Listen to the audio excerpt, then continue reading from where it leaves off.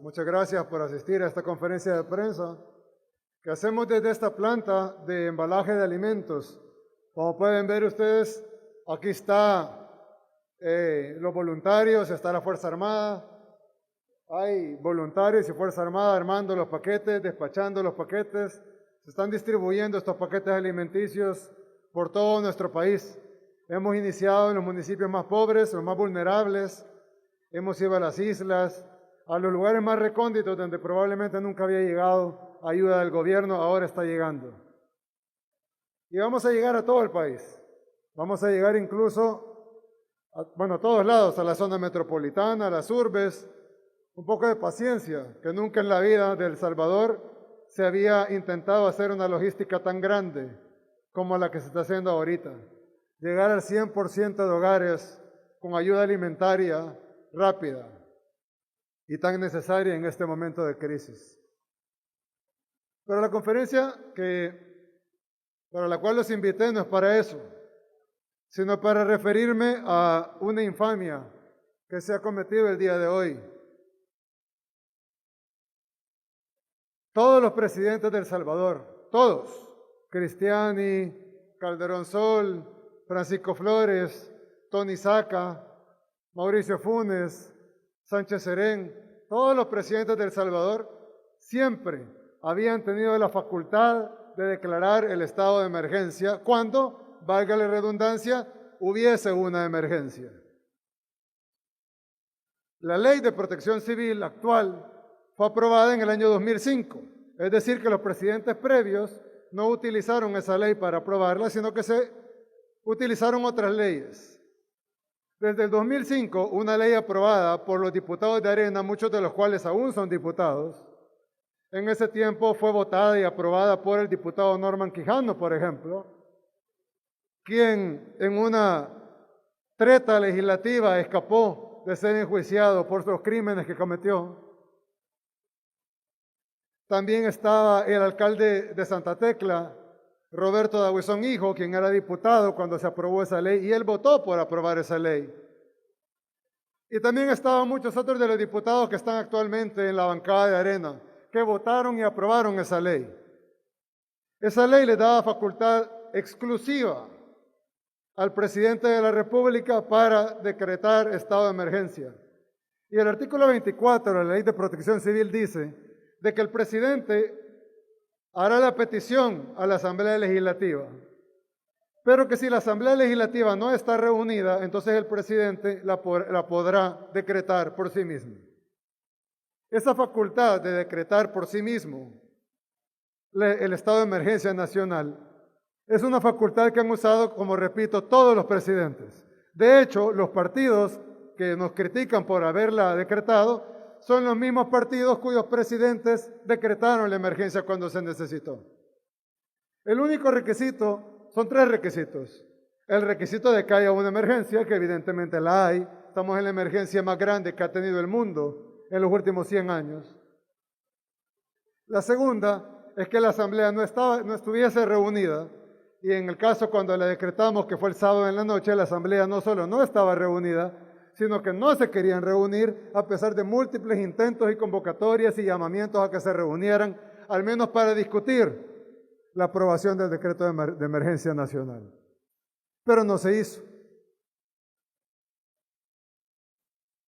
Y la tercera, el tercer requisito, es que se debe de informar al órgano legislativo, lo cual ya hicimos. Sin embargo, la Sala de lo Constitucional, en una invasión de funciones, me da risa porque ellos siempre son los primeros que hablan de que un poder no debe de invadir las funciones del otro. Y casi siempre se refieren a que nosotros en el gobierno queremos invadir las funciones de la Asamblea o queremos invadir las funciones del órgano judicial. Pero los mismos que nos acusan de invadir funciones de otros poderes del Estado son los mismos que callan e incluso aplauden la invasión de funciones que acaba de hacer la Sala de lo Constitucional al quitarle la facultad a la Presidencia de la República de decretar estado de emergencia, cuando la ley nos faculta a decretar estado de emergencia, número uno. Número dos, esto sienta un precedente nefasto, porque quiere decir que la próxima vez que ni Dios lo quiera, haya un terremoto, una inundación, un huracán, una erupción volcánica, no podremos decretar estado de emergencia. Vamos a tener que esperar a que se reúna la Asamblea Legislativa. En este caso, el sábado tenemos que esperar al lunes. Probablemente si hay un terremoto, vamos a tener que esperar al jueves a que se reúna la Asamblea Legislativa a ver si ellos quieren aprobarlo o no. Porque esta es hora que aún no lo han aprobado. Es decir, no solo tenemos que esperar del sábado al lunes, sino que probablemente el martes, el miércoles, el jueves o tal vez para siempre. ¿Qué precedente más nefasto el que acaba de dictar la Sala de lo Constitucional? No solo nos quita la facultad tan importante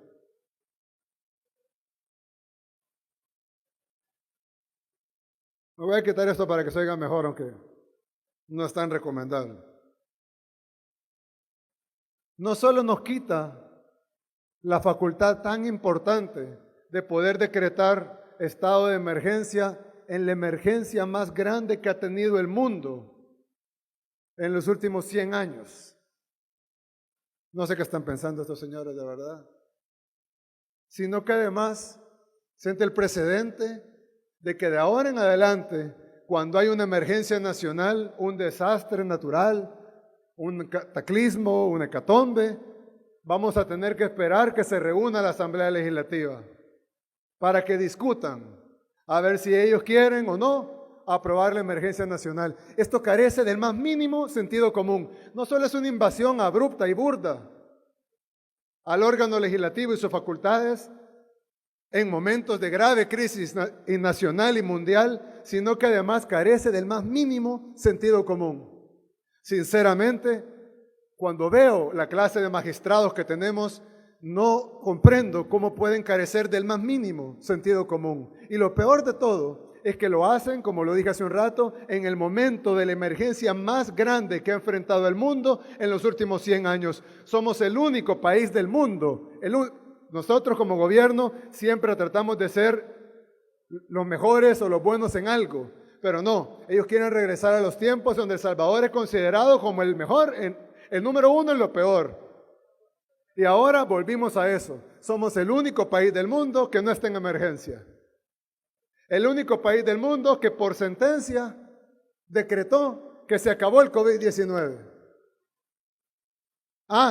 Dirán algunos leguleyos o constitucionalistas, como se hacen llamar, y no tienen nada de constitucionalistas, sino todo lo contrario.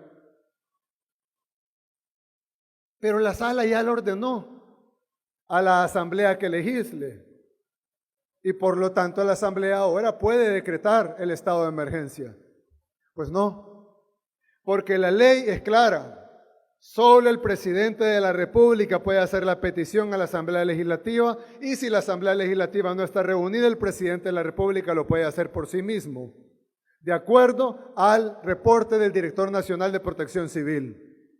La Asamblea Legislativa no tiene ninguna facultad legal ni constitucional para decretar ningún estado de emergencia. Es decir, no solo la sala invadió funciones del legislativo, no solo nos quitó una herramienta fundamental para luchar contra la pandemia, no solo violó la ley, sino que además le está dando atribuciones a la Asamblea que no tiene.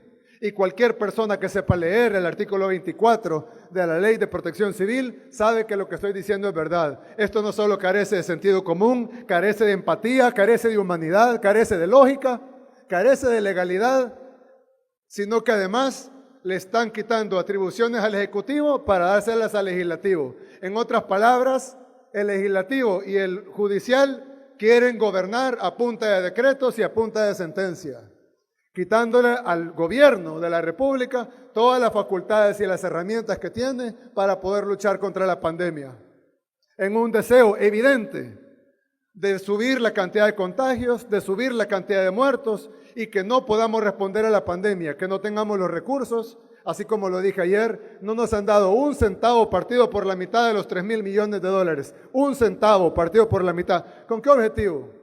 con el objetivo de que no podamos comprar más paquetes de alimentos, con el objetivo de que no podamos comprar medicamentos, que no le podamos dar insumos médicos a nuestros doctores y a nuestras enfermeras, con el objetivo de que no podamos ampliar nuestros hospitales o terminar los temporales que están en construcción, con el objetivo de que haya un caos sanitario, que mueran salvadoreños para poder culpar al gobierno.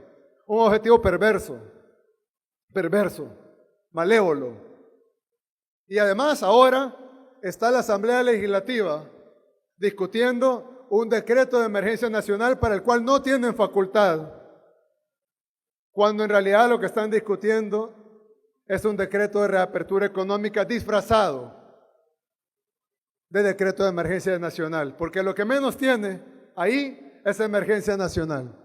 Es un decreto económico forzado por la ANEP, quien sí estuvo en la Asamblea Legislativa, a quien sí atendieron en la Asamblea Legislativa, porque el gobierno los ha llamado al diálogo en Casa Presidencial, no llegaron, los volvieron a convocar el día sábado, no llegaron, los volvieron a convocar ayer en la tarde, no llegaron, y hoy enviamos a nuestro equipo a la Asamblea Legislativa y dijimos, bueno, tal vez no quieren venir a Casa Presidencial, vamos a la Asamblea Legislativa. No los recibieron, pero sí recibieron a la ANEP. Pues bien, el día de ayer nosotros dijimos en cadena nacional a todo el pueblo salvadoreño que quiso escucharla, de que independientemente de todo lo que hicieran, con el objetivo de que mueran salvadoreños, porque no tendría otro objetivo hacer algo tan absurdo, burdo, ridículo y carente de lógica y de sentido común, sentando un precedente nefasto para el futuro además.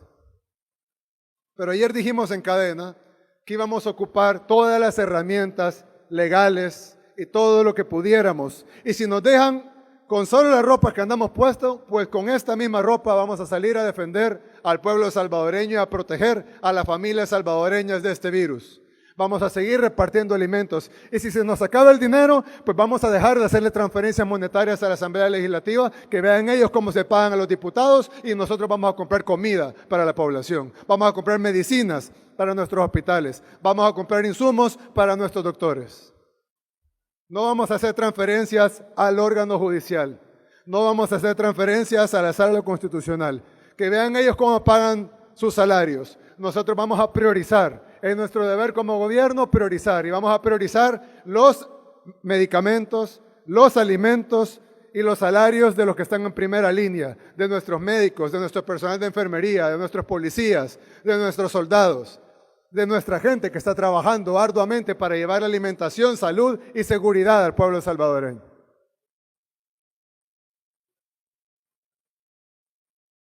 Pero después de esta bofetada que hemos recibido de los otros dos poderes del Estado, no vamos a contestar, bueno, verbalmente sí, pero ese es un derecho a la libertad de expresión que no tengo yo como presidente, tiene cualquier salvadoreño como ciudadano, decir lo que piensa. Nosotros en la presidencia vamos a salir en búsqueda de una solución. Este día, mientras los diputados se reunían con la ANEP, nosotros nos reunimos con los empresarios más grandes del país y llegamos a un entendimiento. Un entendimiento que es lo que, con lo poco que nos han dejado, es a lo que logramos llegar. Un punto medio entre lo que quieren unos y lo que queremos otros, pero algo que sea en pro del país, que sea en beneficio de nuestro país. Y hemos planteado una hoja de ruta en donde se establezca una cuarentena que debería ser aprobada, ya que la Sala de lo Constitucional nos ha despojado prácticamente de todos los poderes que el gobierno tiene, en una clara violación, y ellos serán en su momento procesados por ello probablemente en el futuro, por quienes gobiernen en el futuro. Pero hoy por hoy nos han despojado de las herramientas. Así que esto tendría que ser aprobado por la Asamblea Legislativa y es una apertura económica a partir del 6 de junio. siempre y cuando esto sea aprobado el jueves en la Asamblea Legislativa y tenga una cuarentena absoluta y estricta previa de 15 días.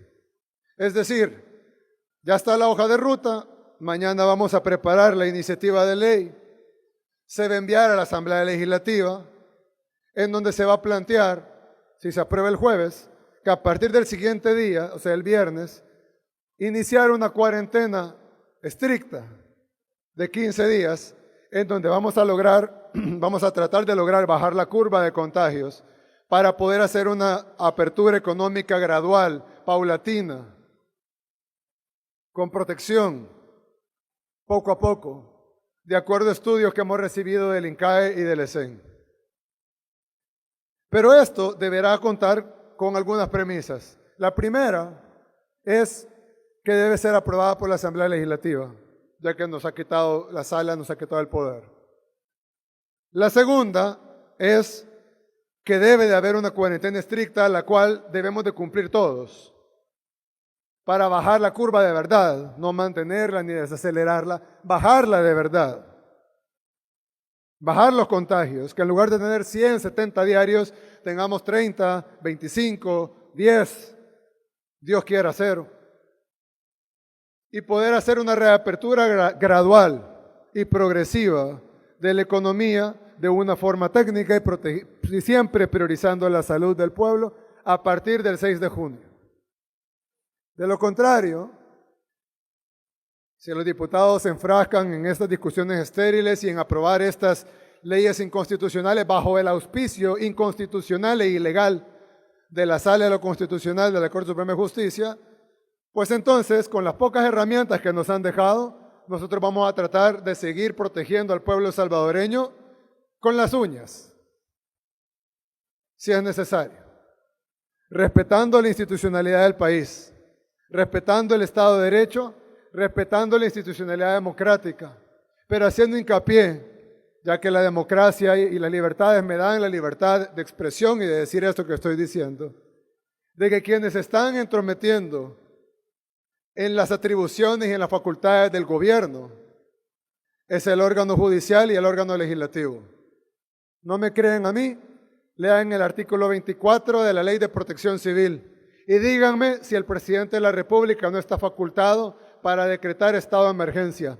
O retrotráiganse a los presidentes anteriores. Ustedes mismos, los medios de comunicación, tienen los videos cuando los presidentes anteriores decretaron estado de emergencia sin pasar por la Asamblea Legislativa. ¿Por qué ahora no se puede ya? ¿Por qué se podía con los presidentes de Arena? ¿Por qué se podía con los presidentes del Frente? Quienes los sacos no llegaban a sus destinatarios reales, sino que llegaban a otros destinatarios, ahí sí se podía decretar en emergencia nacional. Nosotros que llevamos los sacos a sus verdaderos destinatarios, que es el pueblo salvadoreño, ahora ya no se puede decretar emergencia nacional, con el agravante que estamos en la emergencia más grande que ha enfrentado nuestro país en su historia, la emergencia más grande que ha enfrentado el mundo en los últimos 100 años. Así que, 3 anuncios. Número 1, vamos a acatar la resolución, aunque la consideramos totalmente violatoria de la misma Constitución, de las leyes de la República, del Estado de Derecho, y la consideramos una intromisión del órgano judicial en el órgano legislativo y además dándole facultades al legislativo que no tiene por ley. La segunda es que el órgano legislativo está tratando de crear legislación que es violatoria de nuestro marco constitucional, de nuestro Estado de Derecho, y que evidentemente esta ley será vetada aunque pase por 84 votos. Y nos vamos a tomar el tiempo necesario para analizarla y vetarla, todo el tiempo que la Constitución nos da. Porque hasta ahora, los únicos que estamos demostrando que respetamos la Constitución somos nosotros. Por eso vamos a acatar las medidas. Pero ellos no están respetando la Constitución y las leyes, si no hubieran respetado nuestras leyes de protección civil. Esa es la segunda. Que quienes se están entrometiendo son ellos.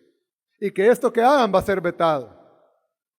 Y la tercera es que vamos a poner una propuesta, la cual ha sido ya consensuada con un grupo muy representativo del gran empresariado nacional. Y digo del gran empresariado porque sé que la mayoría de pequeños, medianos, microempresarios y la gran mayoría del pueblo salvadoreño, no lo digo yo, lo dicen todas las encuestas de opinión pública de todas las casas encuestadoras existentes, está con el gobierno y con lo que el gobierno está haciendo para ellos. Porque ellos saben que el gobierno está luchando por las tres cosas básicas que dijimos ayer en la cadena nacional.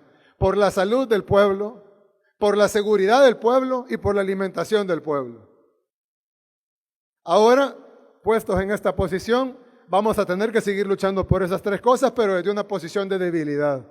Una posición sin recursos, porque nos han detenido hasta el último centavo, no hemos podido tocar un centavo partido por la mitad de los 3.000 millones de dólares. Sin herramientas legales, no renovaron el régimen de excepción, no van a renovar la ley de cuarentena, dejaron vencer el estado de emergencia, aprobamos nosotros un estado de emergencia como dice la ley y la sala lo acaba de quitar como una medida cautelar. Así que nos toca luchar con lo que nos queda, con lo poco que nos dejaron. Y vamos a hacerlo así. Así que nosotros le ofrecemos al empresariado nacional, y se lo dijimos hoy, a una parte muy representativa del empresariado nacional, una apertura gradual, de acuerdo a los estudios del INCAE, a partir del 6 de junio, siempre y cuando la Asamblea Legislativa apruebe una ley de cuarentena estricta y completa el jueves para que surte efectos desde el viernes, que es donde termina la cuarentena actual, hasta 15 días después, es decir, el 5 de junio. Y entonces el 6 de junio podemos pensar, y yo puedo ponerlo con mi firma en el mismo decreto, para empezar una apertura gradual de la economía. Muchas gracias. ¿Una pregunta de la prensa? Pasamos al espacio de preguntas. Iniciamos con Luis Muñoz de Canal 33. Muy buenas noches, presidente. Estamos en vivo para Teleprensa y también en todas nuestras plataformas digitales. Gracias. La primera pregunta que me gustaría hacerle, presidente, es ¿a qué se refiere con estas medidas más estrictas, a esta cuarentena más estricta? Si nos puede ofrecer algunos detalles, por favor, para que la población también pueda estar un poco sabedora sobre esto. En segundo lugar, me gustaría saber, en la Asamblea Legislativa hemos visto a su hermano Karim Bukele interviniendo en nombre del gobierno. Nos gustaría saber qué cargo tiene su hermano y si considera que eso no es nepotismo, presidente. Y ¿considera usted que el país está preparado para poder enfrentar un aislamiento, ya que ha sufrido algunos ataques, por decirlo así, u opiniones que se han generado por parte de algunos sectores de derechos humanos? Y una última, presidente. ¿De derechos humanos? Exactamente. ¿Derechos humanos de quién? Según lo que ha dicho, por ejemplo, diferentes organismos, por ejemplo, el señor de Research, creo que usted lo recordará, de hecho entiendo que aún hasta lo bloqueó en Facebook, señor presidente. No sé, he bloqueado a varios. Y lo que te puedo decir es que el derecho humano a la vida y a la salud está por el derecho humano de un empresario a su economía. Eso de entrada. Así que, por favor, no toquemos el tema de derechos humanos, porque si vamos a tocar el tema de derechos humanos, vamos a ponderar primero el derecho superior a la vida, luego vamos a ponderar el derecho superior a la salud, y luego podemos ponderar el derecho inferior a la libertad económica, que es un derecho importante, pero inferior al de la vida y al de la salud. Creo que estamos de acuerdo. Bien, segundo, mi hermano fue en calidad de hermano del presidente de la República. Muchas veces, cuando han habido problemas o impases, generalmente uno manda a alguien de confianza, no porque tenga un cargo, no porque reciba un salario, sino alguien de confianza que pueda ser un interlocutor entre un bloque y otro bloque. Mi hermano pudiera estar tranquilamente en donde él quisiera, disfrutando de lo que él quisiera. Sin embargo, ha estado horas y horas, semanas y semanas. Incluso el expresidente de ANEP, Luis Cardenal, dijo en una entrevista televisiva, por cierto, está en la televisión grabada, para los que no la vieron, de que se había reunido 3 semanas desarrollando un plan económico y que no se habían puesto de acuerdo, que se habían gritado un par de veces, que se habían levantado la voz, que las reuniones se habían puesto tensas, pero sin embargo que lo que los unía era el deseo de ver que nuestro país mejorara y llegar a un acuerdo. Lastimosamente, Luis Cardenal dejó la presidencia del ENEP y llegó este personaje oscuro y nefasto, cuya única intención no solo es el dinero. La gente piensa que su intención es el dinero, ojo. Eso está mal, pero no solo es eso. Su intención es ver a este país colapsar. Y lo digo con propiedad. Y lo digo porque él incluso está dando órdenes a Arena. Le está dando órdenes a Eric Salguero, quien a su vez le da órdenes a los diputados de cómo votar. Y se puede probar.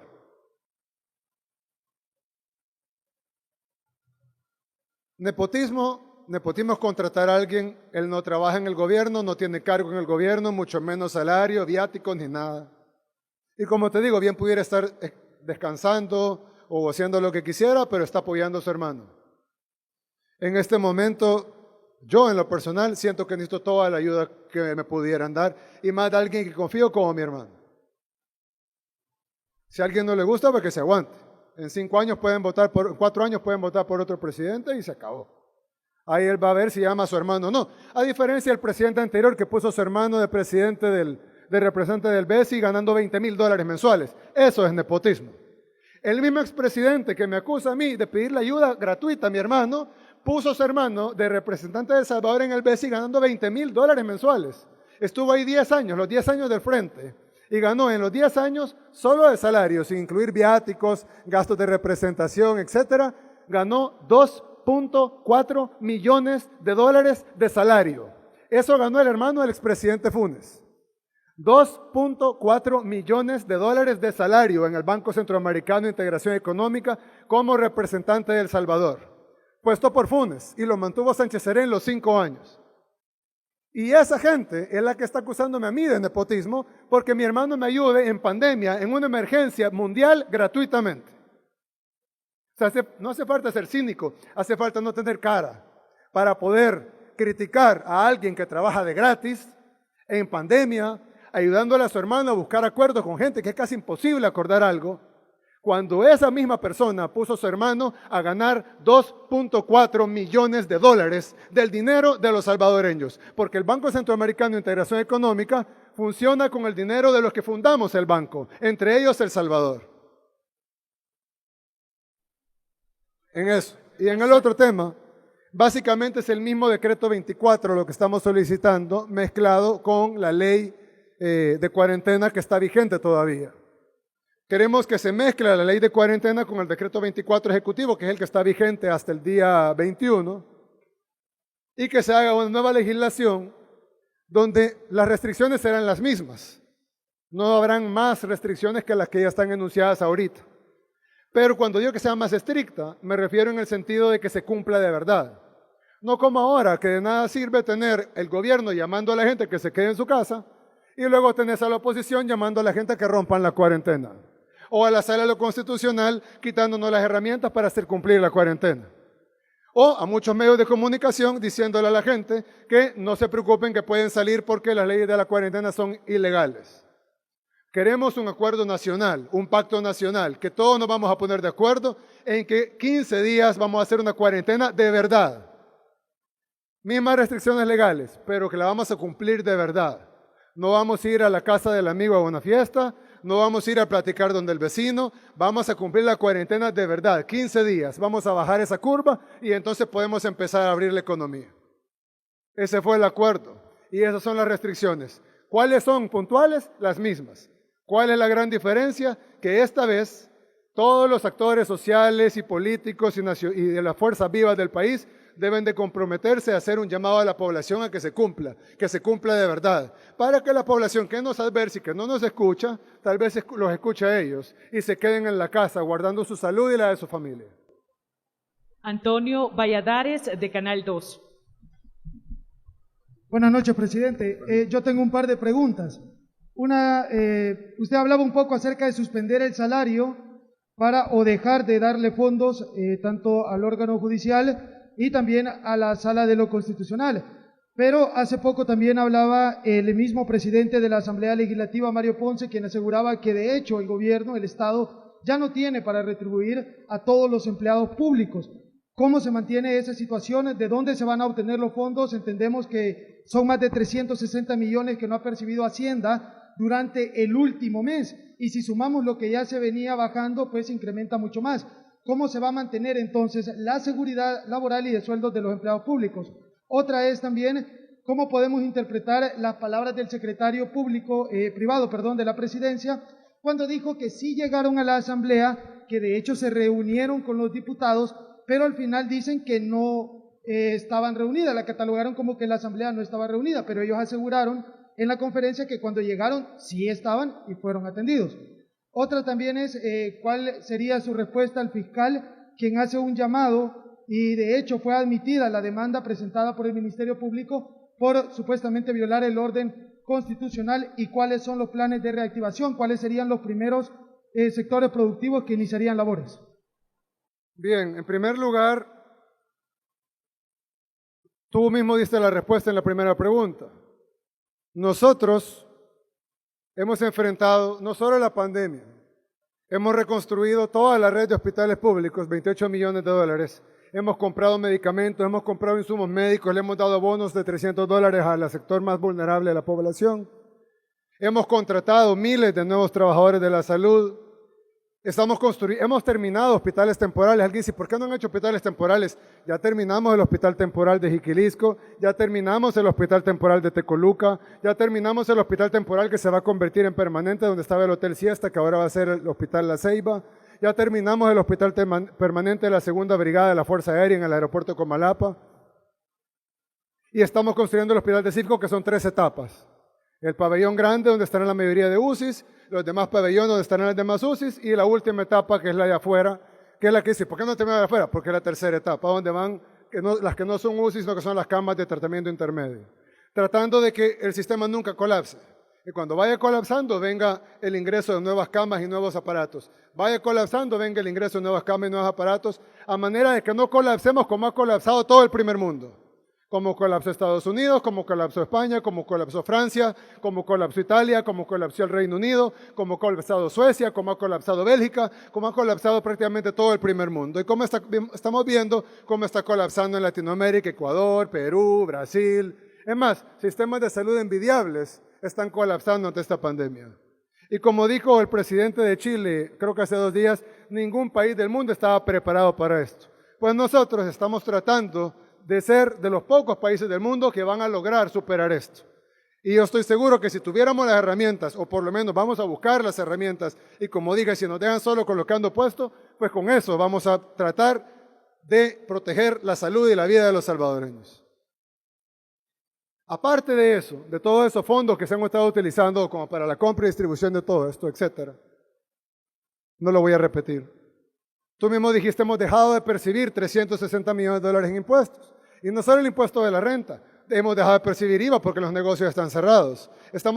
Nosotros mismos hemos dado una prórroga para el pago del impuesto de la renta hasta junio, y hemos dado cuotas porque sabemos que queremos ayudar a las empresas a que puedan enfrentar ese pago, aunque en teoría es una ganancia del año pasado y que debieron haberla reservado del año pasado. Sabemos que en la práctica muchas empresas lo utilizan o lo pudieran utilizar ahorita en momentos difíciles. Edgar Jurado. No, solo quiero terminar. Entonces, en el tema de tenemos menos ingresos y tenemos más egresos. Es por eso que solicitamos un financiamiento, al igual que todos los países del mundo. Somos el único país del mundo que no tiene financiamiento para el COVID. Sí, aprobaron 3.000 millones, pero los 3.000 millones no nos han dado un solo centavo partido por la mitad. Y eso es información pública, lo explicó el ministro de Hacienda, lo expliqué ayer en cadena nacional y lo puedo explicar hoy si es necesario. No hemos recibido un centavo. Entonces, ¿qué tiene que hacer el gobierno? Priorizar. ¿Qué es más importante? ¿La compra de medicamentos y de alimentos para la población o el pago del salario para los diputados? Te voy a dejar la respuesta.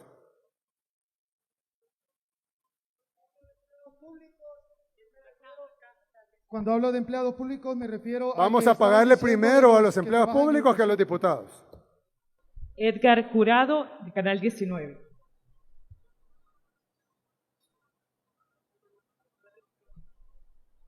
Buenas noches, señor presidente. Consultarle 2 cosas. Primero, de acuerdo a algunos diputados, mañana vence la ley de regulación del aislamiento, cuarentena, observación y vigilancia por COVID-19, uno de los sustentos legales de la cuarentena especial, la última que ha decretado el gobierno, pero se manifiesta que esta cuarentena especial vence precisamente a las 0 horas del día viernes. ¿Cómo queda la base jurídica de Bueno, gracias. de esa medida con la que el gobierno busca contener la pandemia COVID-19? Y lo otro, hace una semana el diputado presidente Mario Ponce dijo que su ministro de Hacienda, Nelson Fuentes, le había solicitado que la Asamblea Legislativa autorizara los 389 millones de dólares que ya fueron ratificados por el Fondo Monetario Internacional, porque el gobierno no tenía la disponibilidad de recursos para hacer el pago al sector, a los trabajadores del sector público. Confirmar si es así, si el gobierno no cuenta con los recursos necesarios para garantizarle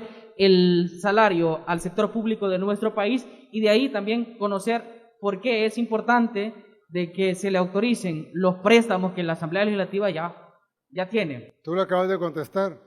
Es que realmente a mí me causa un poco no me causa risa porque me causa preocupación a la vez, pero si fuera una película me causara risa.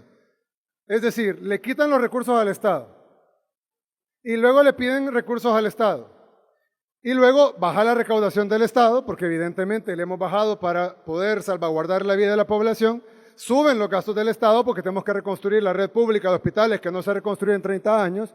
Tenemos que contratar personal de salud, pagar los hoteles de cuarentena, dar cientos de miles de platos de comida que hemos dado a miles de personas que han estado en cuarentena, comprar insumos médicos, construir hospitales temporales, atender la pandemia. Y luego resulta que no nos quieren dar recursos. ¿Y que por qué necesitamos la aprobación de los préstamos? Somos el único país, Estados Unidos, que puede imprimir su moneda, nosotros no. Estados Unidos, que puede imprimir su moneda, acaba de prestar solo para los primeros 4 meses del año, el 20% del PIB. Ojo, no estoy hablando de millones o billones de dólares, porque alguien va a decir la economía de Estados Unidos es más grande que la de El Salvador. No, Estados Unidos ha prestado para los primeros 4 meses del año el 20% de su Producto Interno Bruto. Nosotros hemos solicitado el 10% para todo el año. No el 20% para 4 meses, el 10% para todo el año. De eso se autorizó, pero no se ratificó. Es decir, el juego de la Asamblea es votar, así como hicieron con la fase 2 del Plan Control Territorial, que autorizaron el préstamo en diciembre, pero estamos en mayo y no hemos recibido un centavo. Porque ellos siempre hacen el juego de autorizar, levantan la mano, ustedes le publican, Asamblea autoriza préstamo, y luego no lo ratifican, y ustedes no publican, Asamblea no ratifica préstamo. Entonces el Estado no recibe un centavo, pero parece que los diputados nos han autorizado dinero. Cuando hasta hoy, ni para el Plan Control Territorial, ni para el COVID-19, la Asamblea no nos ha autorizado un solo centavo de esos préstamos. Estamos pidiendo que de los 3.000 supuestos millones que nos iban a dar, que nos autoricen 390 millones, de los cuales por su propio decreto el 30% se va para las alcaldías, quedándole al gobierno 260 millones, de los cuales tiene que pagarle a la Corte Suprema de Justicia, a la Asamblea Legislativa, a la Corte de Cuentas, a la Fiscalía General de la República, a la Procuraduría General de la República, a la Procuraduría para la Defensa de los Derechos Humanos, a la Corte de Cuentas y el FODE de las 262 alcaldías también. Y de lo que queda se le paga a los soldados, a los policías, a los maestros y a todos los empleados públicos. Y luego preguntan que para qué queremos. Es que de verdad, yo no entiendo. Tenemos una clase cínica, política, arcaica, que saben que ya se van y que le quedan 11 meses en el cargo. Pero hombre, yo creo que todos los salvadoreños debemos de estar a la altura de saber que el tipo de escoria que tenemos ahí. Y yo creo que ustedes, como medios de comunicación, están obligados a hacer una labor social de informar a la ciudadanía. Y de decirle, sí, la Asamblea aprobó los préstamos, pero nunca los ratificó. Y el gobierno hasta este momento no ha recibido un centavo de ninguno de esos préstamos. Sin embargo, la Asamblea Legislativa quiere que el gobierno le transfiera el dinero para que ellos se paguen sus salarios. Esa es información. Si estamos en vivo, lo van a ver. Los que no estemos en vivo, nunca van a cortar este pedazo. Fuera bueno que lo pusieran, también para que el pueblo salvadoreño se informara de lo que está pasando en el país. Otro tema que es importante, que hiciste la pregunta, la cuarentena actual termina el 21, porque ese decreto no ha sido declarado inconstitucional aún. por la Sala Constitucional de la Corte Suprema de Justicia. Por lo tanto, está vigente, porque nadie lo ha declarado inconstitucional. Si lo declara inconstitucional, pues entonces ya veremos qué acción tomar. Hoy por hoy, nadie lo ha declarado inconstitucional, por lo tanto está vigente. Y termina el 21 de mayo. Pero estamos esperando, con este ofrecimiento, que la Asamblea Legislativa esté a la altura y apruebe estos 15 días de cuarentena para poder reactivar nuestra economía, salvaguardando la salud de los salvadoreños primero, porque al revés no lo vamos a hacer. Y la otra, ¿había otra pregunta? Presidente, disculpe, solo reconfirmar, ¿está en peligro el pago salarial del sector público de nuestro país si no se autorizan, si no se aprueban estos préstamos? Nosotros haremos lo imposible, no pagando salarios de ministros, de diputados, de todo, para pagar a los empleados públicos. Ahora, ¿eso cuánto va a durar? No sé. Si nos tienen sin fondos y nos tienen sin... Ellos lo que quieren es quitarle la herramienta. Es así, es tan maquiavélico como esto. Le quitamos el dinero para que el gobierno compre insumos médicos.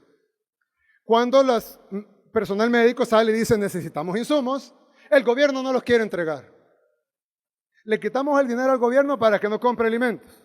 Cuando se nos acabe el dinero para los alimentos, el gobierno no alimenta al pueblo. Nos quitan el dinero para pagar a los empleados públicos. Si algún día llegásemos a no tener dinero para no pagar a los empleados públicos, el gobierno no le quiere pagar a los empleados públicos. Nos quitan las herramientas para poder combatir la pandemia, incluso la más básica, que es la declaratoria de emergencia nacional, y luego, cuando ni Dios lo quiere, estén los muertos cayendo en la calle, en las aceras, por no poder ser atendidos en nuestros hospitales porque se desbordó esto, al igual que se ha desbordado en todo el primer mundo y en muchos países de Latinoamérica, culpa del gobierno por no atender a los enfermos. ¿De quién va a ser culpa?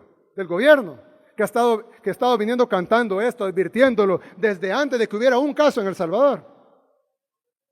Desde antes de que tuviéramos un caso en El Salvador, nosotros cerramos la frontera con Italia cuando Italia tenía menos casos, no menos muertos, menos casos que El Salvador. Cuando Italia llegó a 1000 casos, nosotros tenemos más de 1000 casos. Cuando Italia llegó a 1000 casos, cerramos la frontera. Cuando España llegó a 1000 casos, cerramos la frontera. Nosotros hemos venido cantando, advirtiendo la peligrosidad de esta enfermedad, la mortandad de esta enfermedad. Hemos sido llamados alarmistas. Hemos pedido los recursos a tiempo. Nos hemos asesorado no solo los expertos mundiales, sino además del personal médico, que ellos mismos, a falta de cobertura de los medios, han tenido que hacer sus propios videos y subirlos a redes sociales. Los médicos del Bloom, los médicos del Rosales, los médicos del San Rafael, ellos mismos han hecho sus propios videos y los han subido a las redes sociales, pidiendo, exigiendo a los diputados que les den los recursos, tanto para mantener la cuarentena como los recursos que se necesitan en nuestros hospitales. Entonces, para contestar tu pregunta, nosotros vamos a utilizar hasta el último centavo que tengamos para protegerlos a ellos, para proteger al pueblo salvadoreño, despojando, por supuesto, a cualquier funcionario público de sus salarios si es necesario. ¿Hasta dónde va a llegar eso? Dios lo dirá. Yo estoy seguro que Dios nos va a proveer al final. Pero mientras tanto, la responsabilidad está en los diputados que tienen ahí autorizado. Decían que le íbamos a conseguir alto interés. Conseguimos fondos del Fondo Monetario, del Banco Mundial, del BID, del BESI, al 2% de interés, al 2% de interés. ¿Por qué no lo quieren aprobar? ¿No lo aprobaron primero?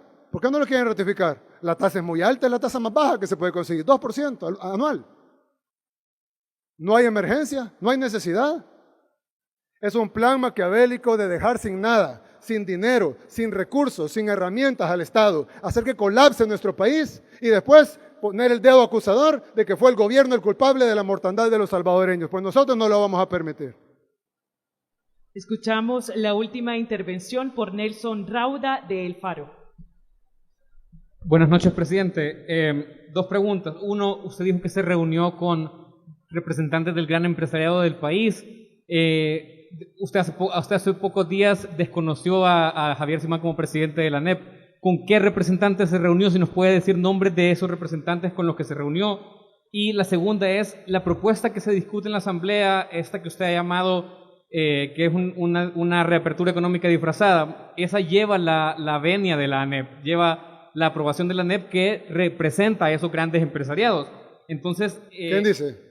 ¿Tú? La Asociación Nacional de la Empresa Privada es el nombre. Pero yo tengo empresas privadas y no me siento representado por la ANEP. Bueno, es posible, pero ellos son la gremial más grande del país. Entonces, en esa... Ni siquiera son una gremial, son una federación de gremiales. Bueno, de hecho, ellos no tienen miembros directos. Sus miembros son las gremiales. Ellos no tienen miembros directos. Más allá del no hay ni una sola empresa miembro de la ANEP. Más allá del tecnicismo, presidente, esa propuesta que puso la ANEP en Es que para que formules tu pregunta bien, porque la ANEP no tiene ningún miembro que sea empresario, más que su presidente. Pero es la representante de la empresa privada nacional así reconocida históricamente, pues, bueno, ¿Por quién? porque así ha sido en la historia, pero no es el punto de mi pregunta, presidente. Bueno, ¿cuál es el punto entonces? El punto es que ese acuerdo medio este acuerdo medio que usted menciona hoy es una concesión de su gobierno ante el fallo de la sala, ante la coyuntura en la asamblea, la conjunción de partidos en la asamblea y la presión de las empresas, porque ayer usted en el mensaje de la Nación decía, no es momento de abrir la economía. No, hoy no lo es. Claro, entonces le pregunto si este acuerdo medio que usted menciona de la cuarentena de 15 días y apertura el 6 de junio es una concesión de su gobierno ante esa presión. Esas dos preguntas. Ok, número uno, la Asociación Nacional de la Empresa Privada. Para poner el nombre correcto, y se llaman ellos. Pues yo le pudiera poner Asociación Unida de Todos los Hombres Felices, y no quiere decir que todos los hombres felices son parte de mi asociación. Pero bien, nosotros trabajamos durante 3 semanas un acuerdo con la ANEP, con su expresidente Luis Cardenal. Él mismo salió y lo dijo. Dijo que no era un acuerdo perfecto, pero que era un buen acuerdo y que iba a servir mucho para el país. Hasta ahora, eso incluía varias cosas. Incluía $100 millones para el sector informal, para poder reactivar al sector informal que provee el 70% de los empleos de este país. Incluía $140 millones. Este fue el acuerdo que hicimos con la ANEP antes del actual presidente. $140 millones para pagar el 50% de la planilla de todas las micro, pequeñas y medianas, no las grandes, las micro, pequeñas y medianas empresas durante 2 meses. Todas, las formales. Las informales 100 millones. Para las formales 140 millones. Pagarles por 2 meses el 50% de la planilla completa de las micros, pequeñas y medianas empresas. Incluía $360 millones para un fideicomiso para hacer créditos a todas las empresas del país para poder reactivarse económicamente. Restaurantes que han tenido que cerrar, salones de belleza que han tenido que cerrar, poder darles un crédito y que se puedan reabrir. El ingenio humano está, el talento humano está. Tenemos un bache económico producto de una pandemia que ha destruido las economías del primer mundo. El desempleo en Estados Unidos está llegando al 20%. Y ni siquiera se asoma el fin de la pandemia todavía. Incluía 360 millones para eso, 300 millones para el pago adelantado de los proveedores del Estado y poder inyectarle a la economía del país, y $100 millones para la devolución de IVA a todos los exportadores del país. Y eso iba a beneficiar a la ASI, a Coexport, a Camtex y a todas las gremiales y a todas las empresas aún no agremiadas, esas sí son gremiales. A todas las gremiales y a todas las empresas que exportan en El Salvador, sean pequeñas, medianas o grandes.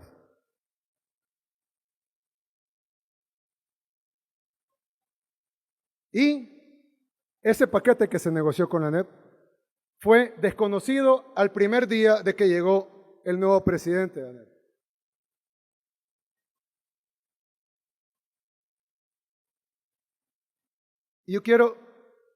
Y hay otra cosa muy importante. Esta persona, quien es familiar de quien fundó tu periódico, y tú lo sabes, Simán, ¿o no? ¿Sí o no? Sí. Ok, Simán, que fundó tu periódico. De hecho, cuando ustedes publicaron una nota de FUSAID donde está el hermano de Simán, tuvieron que bajarla y pedir disculpas porque habían encontrado que habían enviado millones de dólares offshore a un paraíso fiscal para evadir impuestos en El Salvador, y fue el hermano del presidente de la ANEP, familiares ambos del fundador de tu periódico, y tuvieron que pedir disculpas, incluso despidieron a su director editorial de tu periódico. Sí, tu periódico, tú lo mencionaste, ¿no? Así te presentaron, si no presentaste de otra empresa. Bueno, fue tu periódico. Este personaje, quien todo el mundo conoce sus aspiraciones políticas, no representa a la empresa privada ni representa los intereses de la empresa privada, porque su interés no es de que la empresa privada le vaya bien.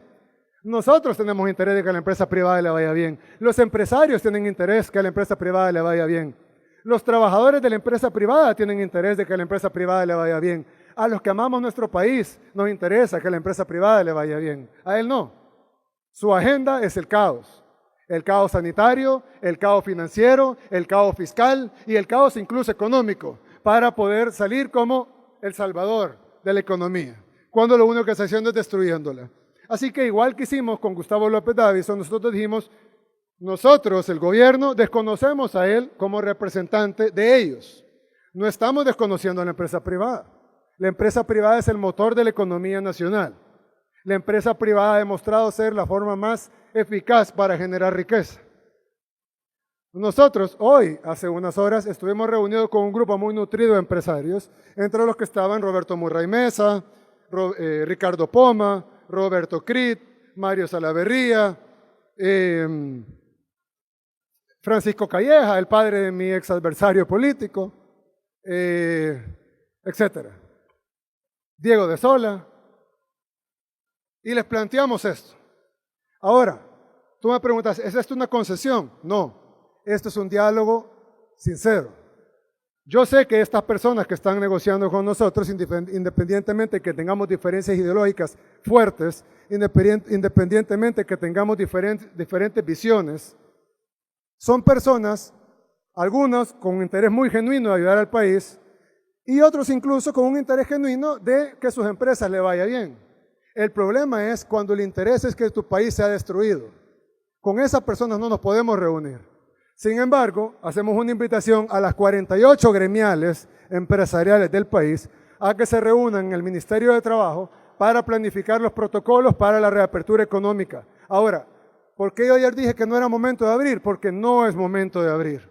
Por eso hemos puesto de condición que se termine la cuarentena, que inicie otra cuarentena más estricta, no en cuanto a restricciones, sino en cuanto al cumplimiento de la misma, que terminaría el 6 de junio, perdón. Y ahí poder hacer una reapertura gradual de la economía con parámetros lógicos y de sentido común, que pongan el mínimo riesgo a la salud de los salvadoreños. Eso no es una concesión, es precisamente si lo querés ver de alguna manera, es una materialización de lo que dijimos ayer. Solo que en vista que necesitamos que nos aprueben no solo el sostenimiento de la cuarentena actual, sino una cuarentena nueva que tenga consenso social y que sea respetada por todos, no solo en la ley, sino en la práctica. Estamos dispuestos a ofrecer algo que además el país necesita en algún momento, que es la reactivación económica, siempre y cuando todos los salvadoreños, empezando por los empresarios, nos comprometamos a cumplir con la cuarentena en su totalidad y poder bajar la curva de contagio y prevenir la muerte de los salvadoreños.